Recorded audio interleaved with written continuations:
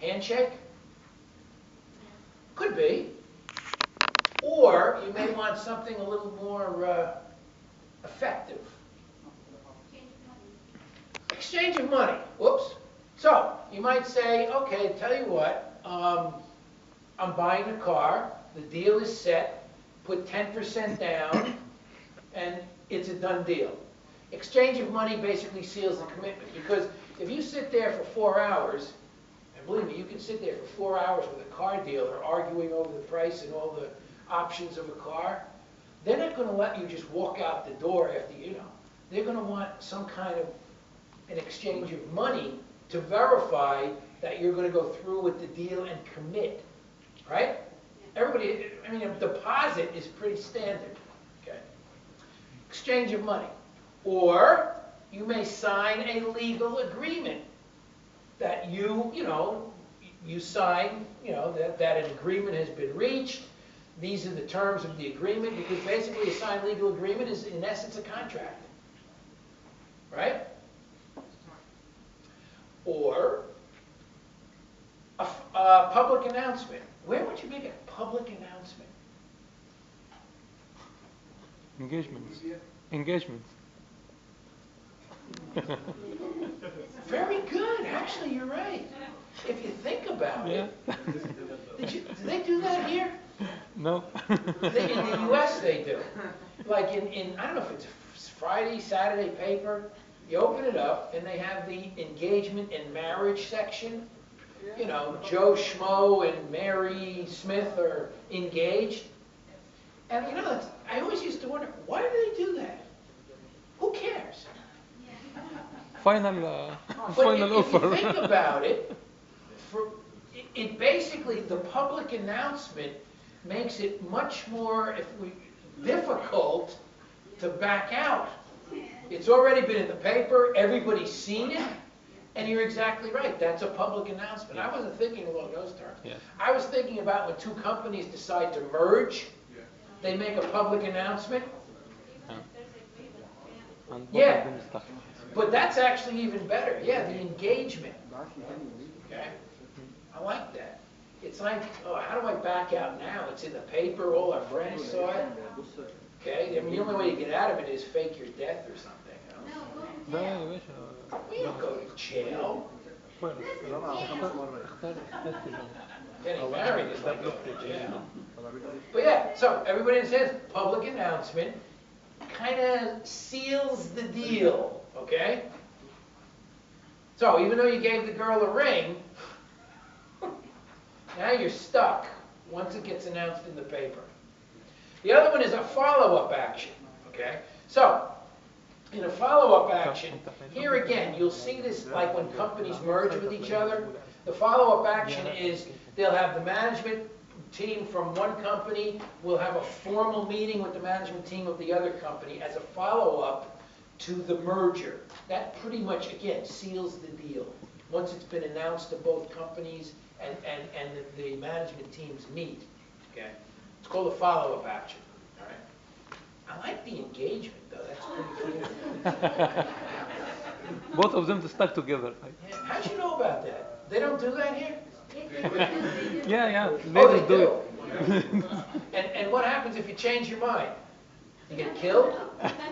You make another announcement. The girl's family comes after you? You make another announcement? Yeah, I remember that years ago. It used to be fun. So, everybody understands these, reinforcing that commitment? Okay. These are fun. Hardball tactics. I want you to know these. It's on the exam. Okay? Hardball tactics. I have 2 slides of hardball tactics. So what are hardball tactics? Hardball tactics means you're playing rough now. Hardball tactics, commonly found in distributive bargaining. Win-lose. I want to win, so I'm going to use some really tough, hardball, hardcore tactics to win. Tactics that utilize pressure, or there's that word again, leverage, to force opponents into concessions that they may not normally agree to. Hardball tactics can also be utilized to bluff or trick opponents into making concessions. What does bluff mean? It's liar. Yeah, it's, Something like. you know, it's hard to describe because it's not really lying. It's not really deceit. It's camouflage. Yeah, good, I like that word. It's camouflage. Okay? I'm kind of hiding certain things. Okay? I'm bluffing you. Here, I'll give you the bluff. We'll use the gold souk. I go in the store in a gold souk. The ring I want is $500, and I say to the guy, you know, your competitor down the hall is selling that for 150 less. And you didn't even look. That's bluffing. Okay? Or, you know, I saw that television set on the internet. I can get it cheaper on the internet. That's bluffing. Okay? It's not really lying. It's kind of, I got it. It's exaggeration. It's exaggerating the truth. I like that better. It's a better word. What? He's saying that's the same as lying. And there's some people feel that way, by the way. They feel bluffing is unethical. So it just depends what culture you're in as to how much bluffing you get away with. Okay. So some negotiators consider hardball tactics offensive or even unethical. Some. I've always used them because I like them. They're fun. Negotiators using hardball tactics may experience retaliation from the other party. So if you start using hardball tactics, they're going to use hardball tactics to get back at you. Here they are. I have 2 slides of these. One is called Good Cop, Bad Cop. Anybody ever hear that? What is Good Cop, Bad Cop? You have 2 people participating on one side in the negotiation. One person appears to be, you know, kind of real tough, hard-nosed, isn't going to give in, and the other person is much more concessionary, conciliatory, and they say to the person that you're negotiating with, oh, don't listen to him. You know, we can do the deal. I'll talk to him. I'll get him to buy in. It's all part of a bluff. It's called Good Cop and Bad Cop. You ever see that on TV, Good Cop, Bad Cop? Yeah. You get a suspect, you're trying to get him to confess. The one cop is beating him up and kicking him around the room, and then the other person comes in and holds him back and says, get out, let me talk. He says, listen, you know, I'll try to keep him out, but you're going to have to tell me the truth. Did you do the crime or not? Okay? That's Good Cop, Bad Cop. Low blow, high ball. Negotiators open with an excessively high or low offer they know will never achieve to force the opponent to lower their expectations. Okay? That's a hardball tactic. I come in very low or I'm selling something, I'm really high. Knowing you're never going to pay that price, but if I start coming down, I'll still get a higher price and you won't know the difference. That's a hardball tactic. Then there's one called the bogey. I didn't make these up. This is in the material. Bogey. Pretending an issue of little importance is a major issue with the intention of trading that concession later for a major concession. Okay? Does that make sense? Okay. I'll explain. So, let's say, okay, I'm negotiating with the union.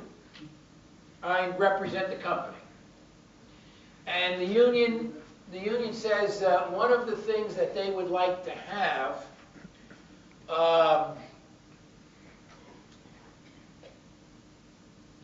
is an extra 2 minutes of break time to allow people who work further away from the break area time to go to the break area.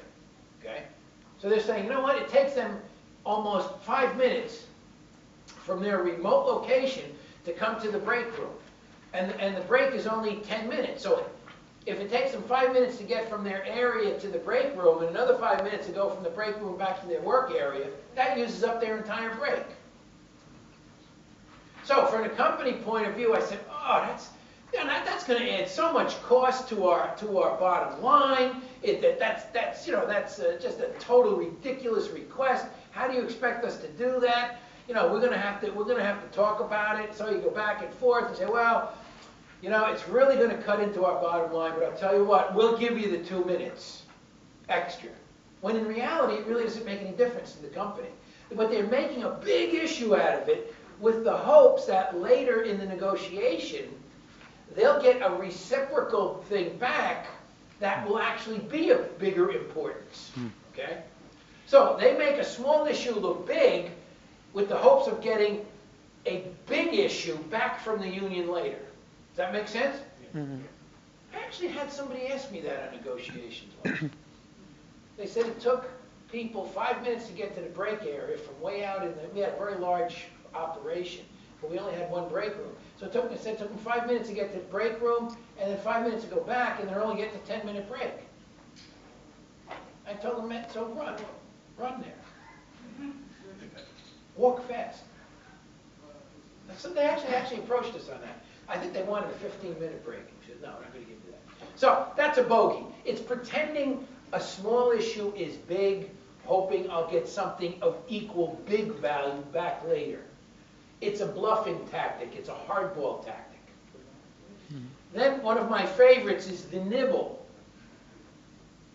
I didn't make these up. Nibbling is a common negotiation term. And I'll tell you when you use it. I'm buying a car from a dealership, right? What kind of car am I buying?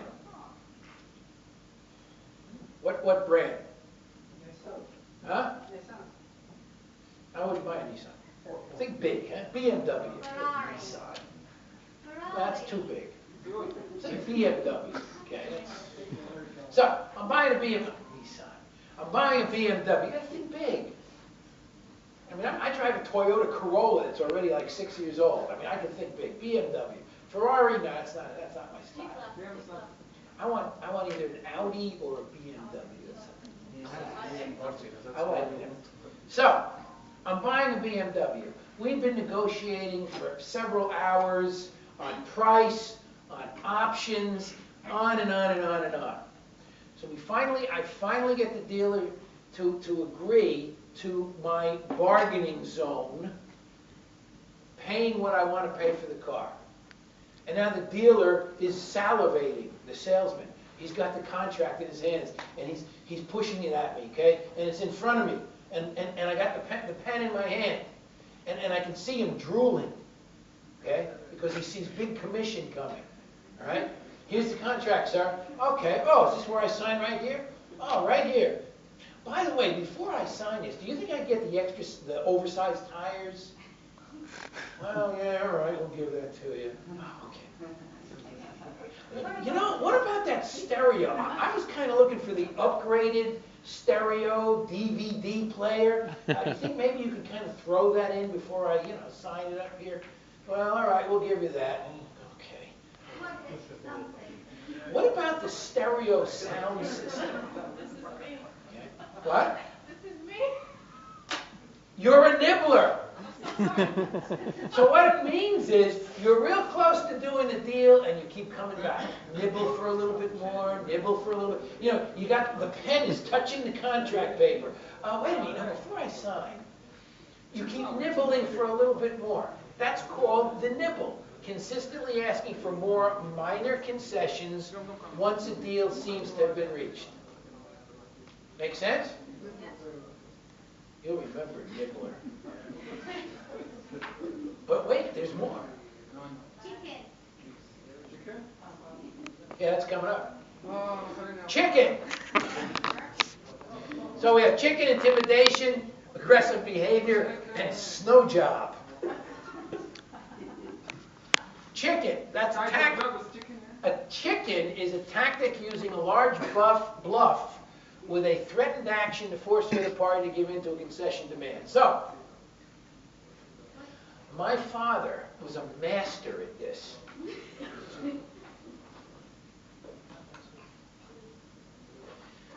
My father spent, I can remember it like it was yesterday. I was 15 years old. Was I 15 years old? 16 years old, somewhere. He's buying a brand new Pontiac Bonneville, okay?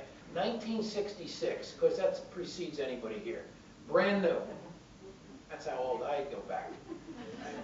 Brand new, I mean, if you know anything about 1966 Bonneville, and it was gold.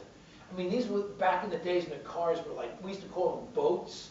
They were huge, okay? Wide, long, beautiful car.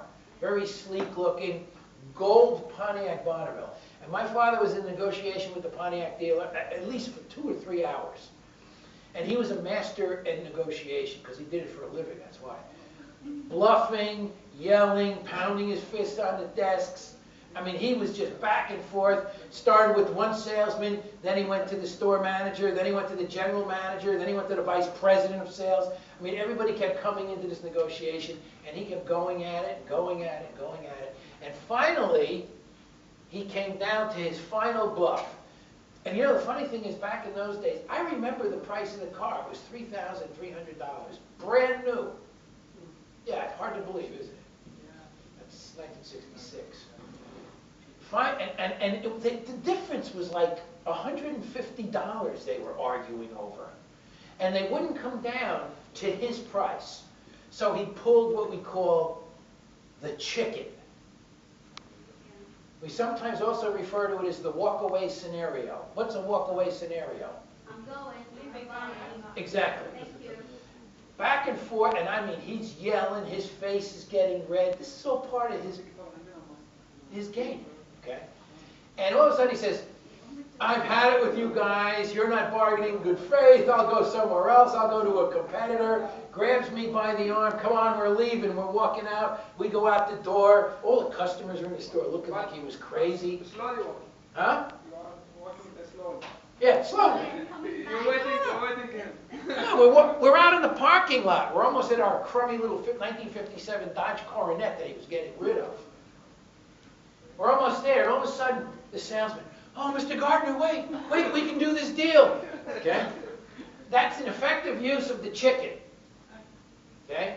It's a major bluff. You're going to walk away from the deal completely, understanding that hopefully they're going to come back and run after you. Okay? It's called the chicken. Got it? Okay, you'll remember that one.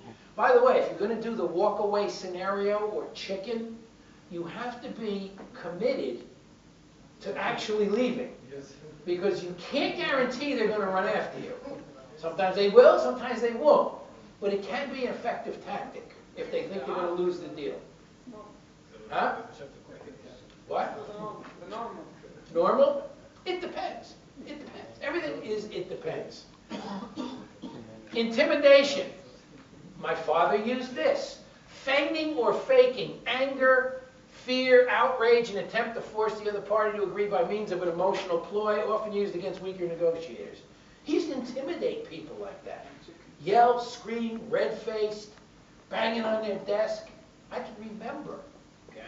It's very effective. Intimidation. So you may use a combination, which he did. He used intimidation, and his final was the chicken. Okay? Aggressive behavior is similar to intimidation. It's a relentless push for further concessions from the onset or beginning, making the opponent justify every line item of the negotiation. Okay? You go over every line item of the negotiation. Oh, what about this? What about this? What about this? It's just called aggressive behavior. So aggressive behavior kind of is the preliminary to intimidation. And then intimidation is a preliminary to chicken. Got it? I bet you didn't think this was going to be part of the course, did you? No. I didn't either. And the last one is snow job. Overwhelming the other party with so much information or technical language that they have trouble determining what facts are real and what are distractions.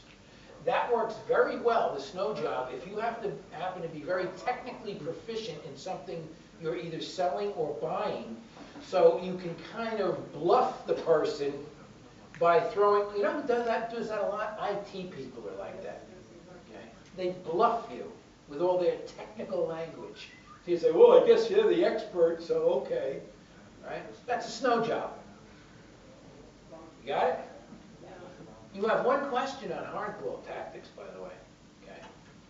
So I think you have to discuss like 3 or 4, and you have 8 to pick from. Yeah. You go back to slide, please. This? No, the one picture just. This? Yes.